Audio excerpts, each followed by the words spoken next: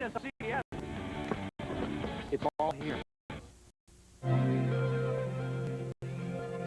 God, it's on! My God, it's so good! The Clippers still fit!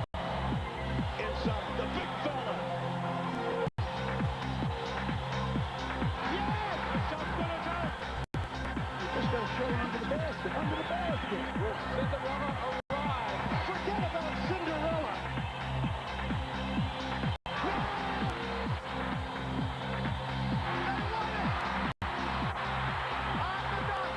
Looking for a go-to guy. There he is. Unbelievable! Cannot take it. It'll happen. Oh, yes. Yes. Woo-hoo.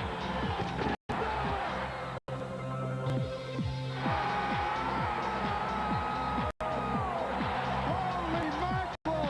Holy mackerel! Holy mackerel! This is what the tournament is all about. That's it.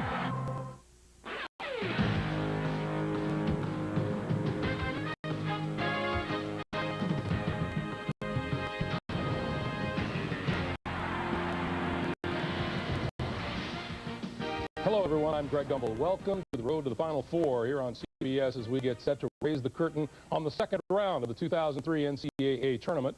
Once again, we remind everyone, CBS News is standing by to bring you the latest on the war in Iraq as events warrant. Joining me is my partner, Clark Kellogg, who I'm not sure if he can stand another day of the tournament like we had yesterday. You have some interesting observations, though. Well, we've got 33 games down, 31 more games to go, Greg. And after the first 2 days of the tournament, I found it interesting to note that the two conferences that got the most respect coming into the tournament actually ended up with only a combined record of 8-4 when you look at the Big 12 and SEC, whereas the two conferences that maybe were least respected, the Big East and Big 10, 9-0 after the first 2 days. Some of that could be seeding. Some of it could be seeding, but also some of it is just the fact that matchups have played out quite nicely for the other two conferences, the Big East and the Big 10. All right, Clark, coming up on today's installment of the Road to the Final Four, we will talk live with Maryland's man of the hour, Drew Nicholas, who beat the buzzer last night with a winning 3. And you'll meet a Demon Deacon named Josh Howard, who has found success on the court and in the classroom. Arizona's loaded with talent, but Clark will show us why that can sometimes be a mixed blessing. And the good news for Matt and Pat Carroll is that both brothers made it into the tournament. The bad news for the parents is that their sons play for different schools. Let's first set the lineup for today's second round quadruple header. Everybody will start in Indianapolis, where number 5 Notre Dame challenges Illinois, the 4th seed in the West bracket. In the second wave of action, tipping off at about 3:20 Eastern in Spokane, number 5 UConn meets Stanford, seeded 4th in the South, and number 6 Missouri tips off against Marquette, the 3rd seed in the Midwest. Then at roughly 5:30 Eastern time, a pair of top seeds take to the court, Oklahoma in the East, Arizona in the West, and finally in the quadruple header games, Arizona State, an upset winner over Memphis, takes on number 2 Kansas in the West bracket, while Central Michigan goes up against number 3 Duke out west. We take a look at these games. We turn to the guru. Oh, yeah, right. After I miscalculated the number of matchups last night, we've got 3 double-digit seeds left. A couple of those, I think, have a chance to advance. Will you promise to come back a little later and see who those teams are from my perspective? I know who they are, and I'll nail you to the wall on them when we come back. All righty. There were some remarkable finishes late last night. Here's how the first round came to a dramatic conclusion. Butler, Mississippi State. Derek Zimmerman going to find Mario Austin inside. Mississippi State's Bulldogs will go up by 2. And then watch Butler get the fortuitous bounce. Mike Monserrat with the 3. Listen in for the rest of the action. Back the other way, Zimmerman. Butler with the win over Mississippi State. Every year, almost, it seems, a 12 seed knocks off a 5 seed. A 12 becomes a Cinderella in the tournament. You guys are now that Cinderella. Did you believe going into this game that this was something you could achieve? We definitely believed it. But Andy Katz, we're a contender. We're not a pretender. UNC Wilmington and Maryland. Wilmington's John Goldsberry, NCAA record 8 for 8 from 3. Brett Blizzard, a 3. The Seahawks are up. Maryland Steve Blake, a 3. The Terps are up. Aaron Combs free throws put the Seahawks walks up, and then it was Nicholas time for the Maryland Terrapins. Nicholas, the senior, with 2 seconds. Here it goes for the win. Yes! Nicholas has done it! Maryland on to the second round in a most heroic finish. Heroic indeed. The Maryland Terrapins are still alive. Earlier, we spoke with Indiana coach Mike Davis, whose Hoosiers will be taking on Pittsburgh tomorrow. We asked the coach what it was like to go up against his alma mater, Alabama, in the first round last night. Just thinking about it, really nervous and anxious to play. Knowing if you lose the game, it's hard to go home. And Alabama flashed on the screen last Sunday, and I'm like, oh my goodness. And I know all the guys. I looked at the media guide because you always look at the media guide when you play an opposing team. And I'm looking in there, and I see my picture and that little flashback of yesteryears. You know, when you play somewhere and you get ready to go out on the floor and they plan to fight someone, you're going through the tunnel, it just sends chills over you. And so I've always remembered that as a player at Alabama. And so when they started playing that, I'm like, well, we need to win this game in the worst way because there's no way I can go home. Mike, you're down double digits at halftime. What was that locker room like? What was your team like? What did you tell them? I went in, I probably was the madman from Fayette, Alabama. I was just really upset, ripping into guys. And I just asked Horns and Coverdale if they wanted to win the championship. And they said yes. And so I was really proud of the guys. And they could see in me that I was really uptight the whole week. Well, let's look ahead to the matchup with Pittsburgh. Last year, you met Duke in the Sweet 16 round. Your next matchup this year is against the #2 seed Pittsburgh Panthers. Talk about how last year's preparation helps you as a coach get ready for your game against Pittsburgh. We feel like we can beat anyone because Duke was a really, really good basketball team. Pittsburgh, I think, is a fantastic team, well coached. It's going to be a tough game for us, but it's one that we feel like we can win, but it's one that we feel like if we don't play well, I mean, really good basketball, then they can beat us pretty easily. Every game that we'll play in the bracket, if we're fortunate to win, would be a very good basketball team. Mike, how many hours of sleep you working on today? Well, I went to bed last night about 5, and I woke up this morning at 8. My son called me from Bloomington and asked me what I was doing. I said I was trying to get some sleep. But this time of the year is no time for sleep, and hopefully we can make it to New Orleans. But if not, I won't sleep until our last game is over. And Coach Mike Davis, a little groggy but happy as Indiana goes up Sounds against. like you and I. As Pittsburgh, Indiana goes up against Pittsburgh. Are the Hoosiers physical enough to hang with the That's Panthers? a great question, Greg, and that will be the determining factor in this game. Can Jeff Newton, Leach, can they give a presence inside, and then he's going to need Coverdale to play the way he played last night in their win against Alabama. If that happens, they've got a pretty good chance. I like Tom Coverdale saying, Coach was a little uptight going into the game. Right now, let's go out to Indianapolis and check in with our colleagues for a look ahead to today's opening game between the Fighting Irish and the Fighting Illini. A terrific matchup coming up from Indy, a 4 versus a 5 as Illinois takes on Notre Dame. Hi, everybody. I'm Gus Johnson along with my partner Len Elmore, and both of these teams won tough games in the first round. And for Notre Dame, it's a question of health. Their leading scorer, Matt Carroll, Lenny, he's nursing a tender ankle. Well, Matt Carroll sprained his ankle on Thursday, and obviously that's a concern for Notre Dame because they count on him for 20 points, 5 rebounds a game. Now, Thursday night, he had an obviously tough night, and that's the situation they'd like to rectify. A focus of the Illinois defense.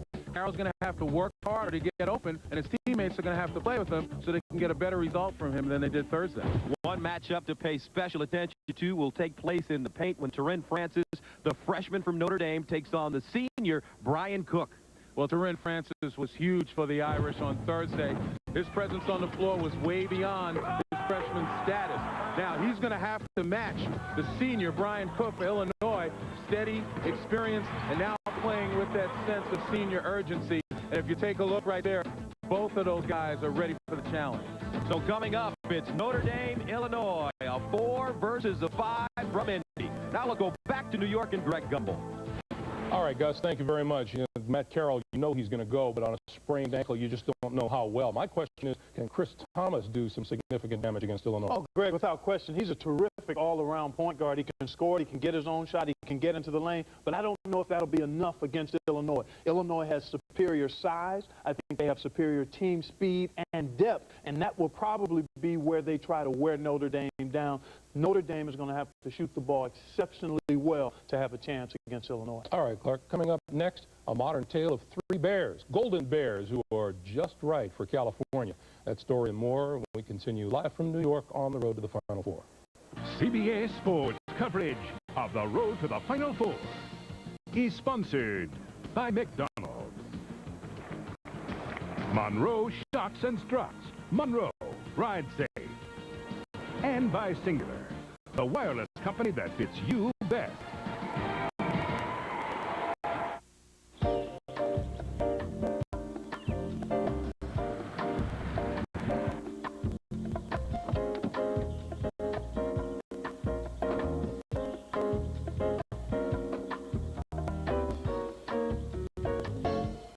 Cars with worn shocks can take 10 feet farther to stop.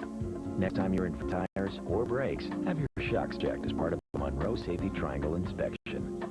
Monroe, ride safe. When you serve billions of farm-fresh eggs and billions of cups of coffee made with some of the world's finest beans,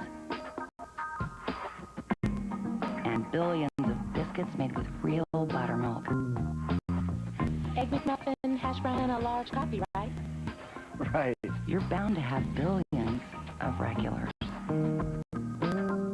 Greatest moments in NCAA basketball: 1956, perfect season; 1957, triple unbelievable overtime; 1982, New Orleans voodoo; 1983, the Cinderella story; 1992, the greatest game played ever. You're going to love the Singular NCAA text package. Only Singular provides interactive voting during NCAA men's tournament broadcasts and sports alerts. Get all this, plus unlimited text messaging for only $2.99 a month. I call it the Fred Jumper, never miss a moment plan. Go to singular.com/NCAA or visit your Singular store now to find out why Singular fits you best. Dave Busnick's a peaceful man, but he's being sentenced to anger management on April 11th. We've got 30 days to get your anger under control. I don't think you should be moving in with me. Keep an open mind. I like to sleep alone. Embrace your emotions. I said over easy! Now, why did I do that? Because I refused to spoon with you last night? And let the healing begin. How do you feel? Anger management. Rated PG-13. Opens April 11th.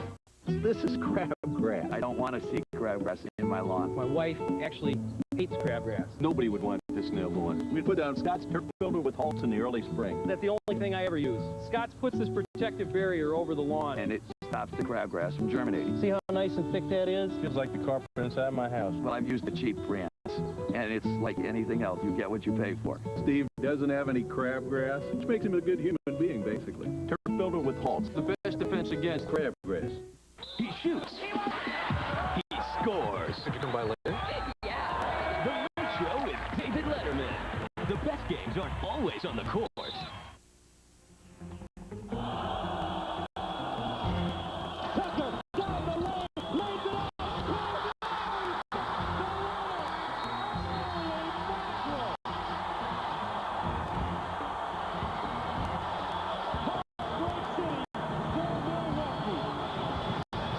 In another dramatic first-round finish, Notre Dame's Fighting Irish hold on to advance to today's meeting with Illinois, our first matchup of the second round, as we welcome you back to the road to the Final Four. In the third set of games in today's quadruple header, California challenges Oklahoma. The top-seeded Sooners are known for dealing knockout blows, but Cal hopes to fend them off with a stiff jab. And as Clark tells us, that's just how the Golden Bears have been winning decisions. Joe Shipp. Meet them here. Brian Weathers, the Jab Trio. Something we kind of, came up with. He was always talking about the trio, this, that, and he came up with the Jab Trio. He thought it would be cool if we had a little hook to get us some attention or some recognition. It was probably before the game against Oregon, and we were just talking about the looks and the exposure that they're getting. we're like, oh, maybe we should get some nickname for us. Well, you can bet your bottom dollar I didn't sit around giving them nicknames and subscribing to all that. But, you know, I think it's something the players have fun with. I don't think, you know, we're not the type of team that takes ourselves too seriously or has big or huge egos. It's really about what the team does. And this team and those three guys have been a part of that all year long. This 1-2-3 combination has been a knockout for California, leading the Bears to the third best record in a conference of heavyweights, the Pac-10. These guys have gone out on a consistent basis and played solid basketball and helped our team win all year long. A lot of teams can focus on one guy. On our team, their attention has to be on all three of them, because at any game, either one of them could hit 25 points. Joe, unconscious scorer. You know, when he's on, There's not much you can do about it. He's got, you know, beautiful touch from the three-point line, and you know, he's a good rebounder. Amit? You know, he's a great three-point shooter. He plays like a wing somewhat. A 6'10" shooting guard. Brian. He's a leader in the team, and he's the vocal leader. And when he gets in the game, he just trying to explode on the court. A lot of pressure's off me, not being like a go-to guy. I mean, the defense doesn't focus so much on me. It gets me a lot of open looks. Chip at the other end, double team, Mitchell for the lead. Oh! Spectacular shot. And Cal wins 76-74. We know that the team will follow our actions, and if we're going to have letdowns, the team will have a letdown. We believe that if we're going to play good, the team's going to play good. I think this is a great opportunity for us to showcase our talent in the tournament and show what we can do. The Jab Trio, serious business. You know, three guys that, you know, are going to go out and compete, feed off each other, and it's hard to stop us when we're all clicking. Jab Trio is serious business, and so is the Pac-10, which has been just cruising. They have been cruising 4-1. We take a look at what they've done in the first 2 days of the tournament. And that Jab Trio making some nice music. You take a look, undefeated on Thursday. Looking at their games coming up, obviously the California-Oklahoma game, the one we'll lock into. But that Jab Trio combining, Greg, for 51 points a game. That's Weathers, Ship, and Tamir. Can they get those offensive touches and shots against a good Oklahoma defense? I think they can. The key will be, will they be able to defend and rebound with a very tenacious Oklahoma team? I give them a good chance to spring an upset here. All right, speaking of the Sooners, Oklahoma guard Hollis Price sustained a partially torn groin on the final play of last Sunday's Big 12 title game. Yesterday, Price talked about that injury and the impact it might have on today's game against Cal. I doubt if I'll be 100%. You know, I think groin injuries takes a while. You know, you got to sit out a little bit, and right now I don't think I want to sit out, and you know, I don't think the team want me to sit out. But percentage-wise, I think I'm probably 70%. The hardest thing is accelerate. You know, I'm a guy who uses his speed to get open a lot. You know. And that's the hardest thing for me, accelerating and trying to create my own shot. You know, Hollis doesn't want to sit out, but here's my question for you regarding Kelvin Sampson. If you're the coach, do you sit him and hope to get past and maybe help him get a little healthier, or do you risk maybe losing him for the rest of the tournament despite a victory? Well, I'll tell you what, the heart of Hollis Price is really what makes him go, in addition to his speed. And if you're Kelvin Sampson, you have to rely on the judgment and attitude of your player in that situation. I think he will be severely hampered by that groin. That's one of the worst injuries you can have for a guy who relies on speed. And I think Calvin's just going to have to monitor his minutes and try to allow him to play in bits and pieces, 3 or 4 minute segments, and hope that's good enough. Yeah, tough call either way. Yes, it is. A reminder, you can get complete NCAA tournament coverage with live updated brackets and the latest developments on the road to the Final Four at CBSSportsline.com. America Online users enter the keyword CBS Sportsline. Next, the story of a team that draws its inspiration from its courageous assistant coach when the road to the Final Four continues on CBS after this.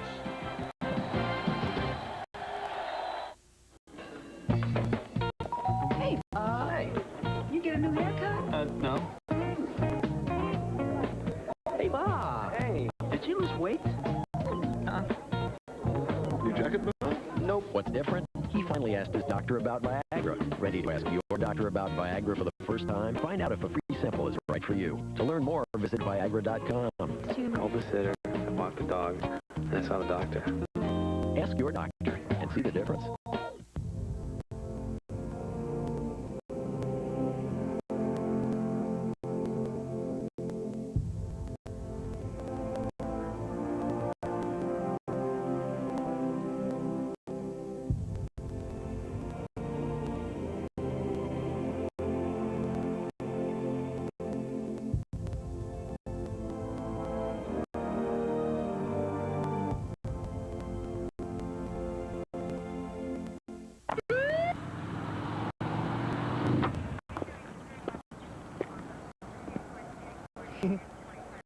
Let me guess, stuffed French toast down at IHOP. Yeah, right now at IHOP, it's stuffed French toast. Luscious cream cheese on the inside, creamy whipped topping, and your choice of fruit on the outside. Served with all your favorite stuff right alongside. Stuffed French toast at IHOP. Everybody's packing in just to get a taste. IHOP. Come hungry, leave happy. Don't act like a swan. Be a swan. I don't think I'm swan material. Sorry, kind of new at this. That's okay. It's good to try new things. That's what I tell people about 10-10-220. I use that. All my calls after 20 minutes for 99 cents. I haven't signed up for that. You don't have to. Just dial 10-10-220, then 1 and the number. That's easy. It sure is. I knew you could do it. Help. I think I'm stuck. Dial 10-10-220. Maybe. Yes, sir! The Masters is on CBS. The Monroe shocking upset. With time running out, Brandon Miller of 12th-seeded Butler hit the floater to take a 1-point lead over Mississippi State, the West's 5th seed. Timmy Bowers got one last good look but couldn't convert, and Butler came away with the first-round win in the Battle of the Bulldogs. And with that shocking upset last night, Butler advanced to a second-round meeting with Louisville tomorrow. Welcome back to our tournament anchor desk here in New York, everyone, as we continue along the road to the Final Four. In one of our 3:30 games today, 6th seed Missouri takes on number 3 Marquette in Midwest action. This year, the Golden Eagles have been playing with a little more spring in their step and greater passion. If you're wondering about the source of this inspiration, he's right there at his post on the Marquette bench, assistant coach Trey Schwab.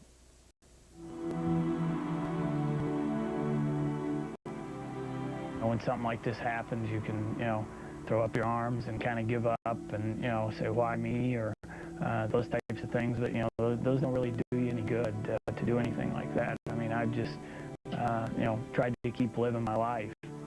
Despite having endured 7 operations over the past 2 years, Schwab maintains his coaching duties and tries to follow as normal a routine as possible, given the circumstances. There's not a lot of sympathy for not having a good day here. When you look at Trey. I saw a great sign driving by a church, and it said, "Count your blessings, not your problems." And man, I thought of Trey. The Oklahoma native came to Marquette in September of 2001. Weeks later, Schwab and head coach Tom Crean developed similar symptoms. The doctor came in and checked us out one night after practice, and said, basically, you both got walking pneumonia. Gave us some antibiotics. We were trying to get through sickness. I did, and he continued to get worse. And he let us in on some of it, but he didn't let us in on all of it. And I think at the time when he started to cough up blood is when I was aware that something was wrong. Trey has an unusual form of pulmonary fibrosis. Whenever someone presents with a disease that's really involves the whole body, and it shows up with end-stage scarring of the lung, the prognosis is quite poor. And so we would expect that Trey probably would be in a situation where he would not be expected to be alive 2 years from now, just based on the progression and the diagnosis of his lung disease. My lungs had just gotten so damaged that they said, you're basically past the point of no return, and a transplant's the only thing that's going to keep you going. When you're a coach, you try to control everything. You try to always save your timeouts for the end of the game so you can control the game and that type of thing. And there's a lot of things going on with this whole situation I have no control over. I don't know when this transplant's going to happen. I don't think that day can come soon enough. I really don't. And I know he probably feels the same way, and I know we all are looking forward to the day we know he's getting that transplant. Coach Schwab, he's an amazing person. I never want the day to come that he's not a part of this Marquette family. But it's not about basketball no more. It's all about life and death. I've got to do what's best for me health-wise. And if the doctors, say, hey, you can't travel anymore, then, that's the way it's got to be until, we get through the transplant and, get my health back. It is very inspirational to see a nice man like him, go through the things he go through. I think at the end, when it's all said and done, we're going to dedicate this year to him because I think by the things he's going through has helped us as a team grow together and push forward and keep winning. Coach Schwab has been told to be ready at any moment to receive a new lung. For today's game, he has a chartered plane ready to take him to Milwaukee should that call come. Meanwhile, Marquette looking ahead to Missouri. And how do these teams match up, Clark? Well, Greg, you look at these teams, they're really evenly matched. When you talk about a presence in the paint, both teams have that. You talk about a go-to guy, both teams have that. I really think it'll come down, Greg, to what things within the game are taken control of. Turnovers and free throw shooting. Marquette excels in both areas. Missouri has had trouble squeezing the orange. All right. Coming up, we will talk with the Terrapin, who hit the big buzzer beater to keep the defending champs alive. And you'll see how Arizona deals with an embarrassment of basketball riches when we continue. We're witnessing a college basketball miracle. Dick Vitale silent for an entire 17 seconds. On a personal note, from myself and sportscasters everywhere, I'd like to thank the crust, the juicy toppings, and the pizza delivery guy. For fresh baked pizza at home,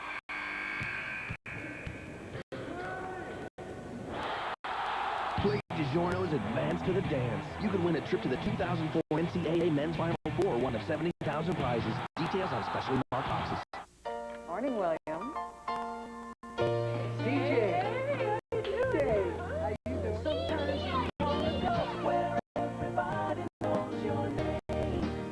Looks like somebody got a haircut. Was it too short? Hey, no, we can't drive the truck. See you tomorrow, Bobby. Who can you count on? You know them by name. Catch the King of Queens, Monday on CBS. It's all here.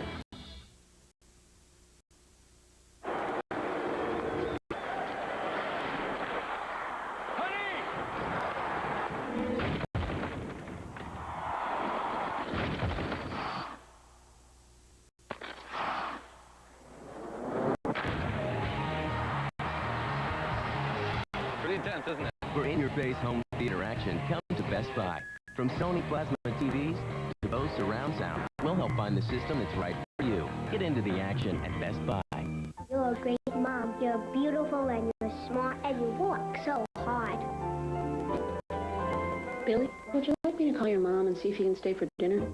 If you insist. Introducing the Cinemeal Deal. Any large Pizza Hut pizza, America's favorite, with up to 3 toppings, just $11.99. Plus a generous order of our new freshly baked cinnamon sticks absolutely free. The $11.99 Cinemeal Deal. Spoil your family, not your budget. You're powerful, smart.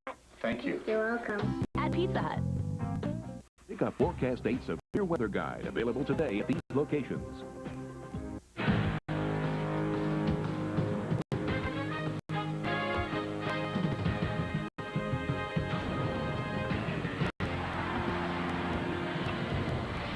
Welcome back to the road to the Final Four here on CBS as we take a peek in at Indianapolis, where number 5 Notre Dame and 4th seed Illinois will tip off the second round of tournament play about a half an hour from now. Today's games will be hard-pressed to match the madness we experienced around midnight last night when Maryland's Drew Nicholas saved the defending national champions from a first-round exit at the hands of UNC Wilmington. Jim Nance and Billy Packer were courtside witnesses. Nicholas, the senior, with 2 seconds. Here it goes for the win.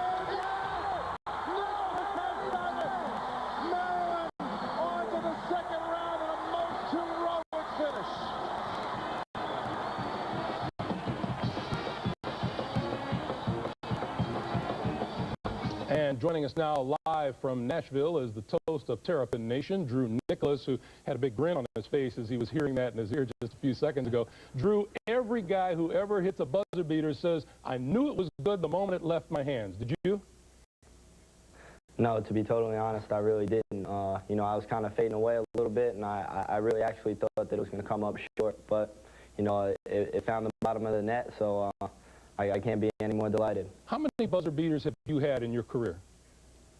Anywhere? This is probably just my second or my third. The last time that I had one was a couple of weeks ago down at NC State, but it was a different situation. The game was tied, so you know we weren't in a win-or-lose situation. I'd like to know what you and your teammates were thinking, what was going through your head when the guy from UNC Wilmington, who's a 42% free throw shooter, hits 2 free throws to put them ahead. You know, it really was just one of those kinds of nights.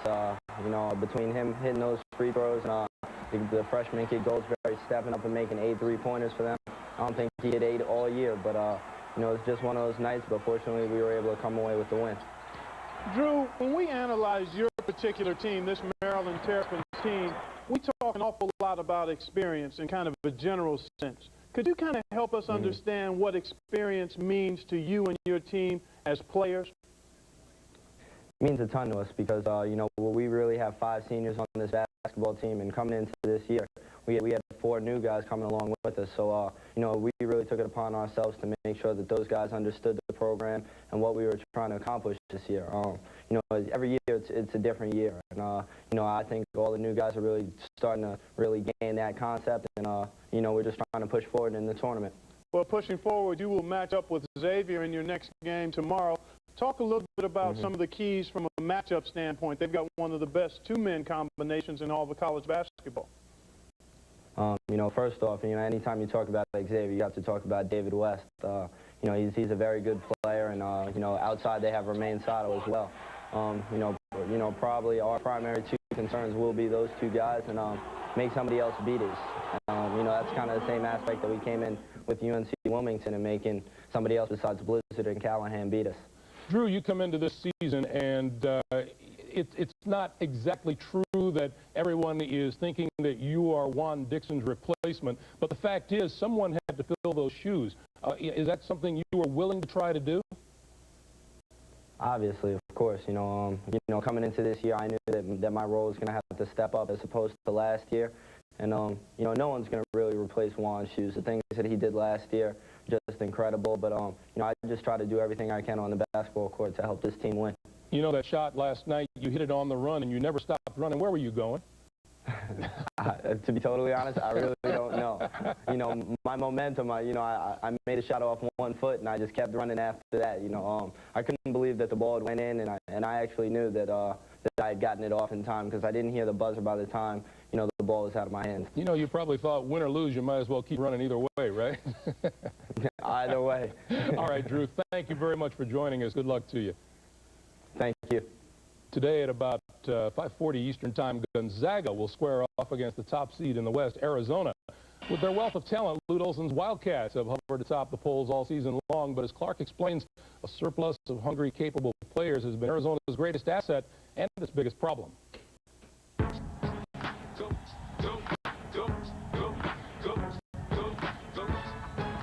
There'll be games where Stoudemire just lights them up. The next game it may be Luke or Ricky Anderson, or maybe Jason, or maybe Channing Frye, or Andre and Hassan off the bench. We're not a team that people can come out and say, well, if we stop him, we're going to win the game. You know, we have talent and we have depth. But might there be too much depth?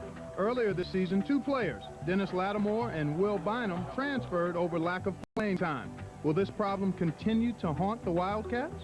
I think it will be a problem, but guys can't let it show while we're on the court and while we're in the game. You have to just keep it on inside and not let it out. Superstar or not, everyone wants to play basketball. Everyone wants to be on the court doing something, and that's just the toughest part. You know, no matter if you have a good game or a bad game, as long as you're on the court, you feel a little bit of satisfaction. I don't want to say it's impossible. I say it's pretty hard to make everyone happy. You know, in college, everyone wants to play. You don't want to sit on the bench. If you're not getting minutes, you know, you can't be mad. If you're not getting shots, you know, you shouldn't be mad. But, you know, so we talk a lot about that, like, you know, every day, every couple of weeks. You know, anytime we have a situation like that. My job isn't to keep people happy. My job is to have our team win. And our guys know this, that at this time of the year, you shorten that bench some, because if it's a case of, like, say, a Channing Frye having a great game, you can't be thinking about, well, I've got to give this guy minutes. We need to do what's the right thing for the team. And the good thing about our ball club is they want to win. For Arizona to be successful in the madness, the underclassmen will have to swallow their pride and allow the seniors to lead the way on the road to the Final Four. And with the players we have left and with the team we have right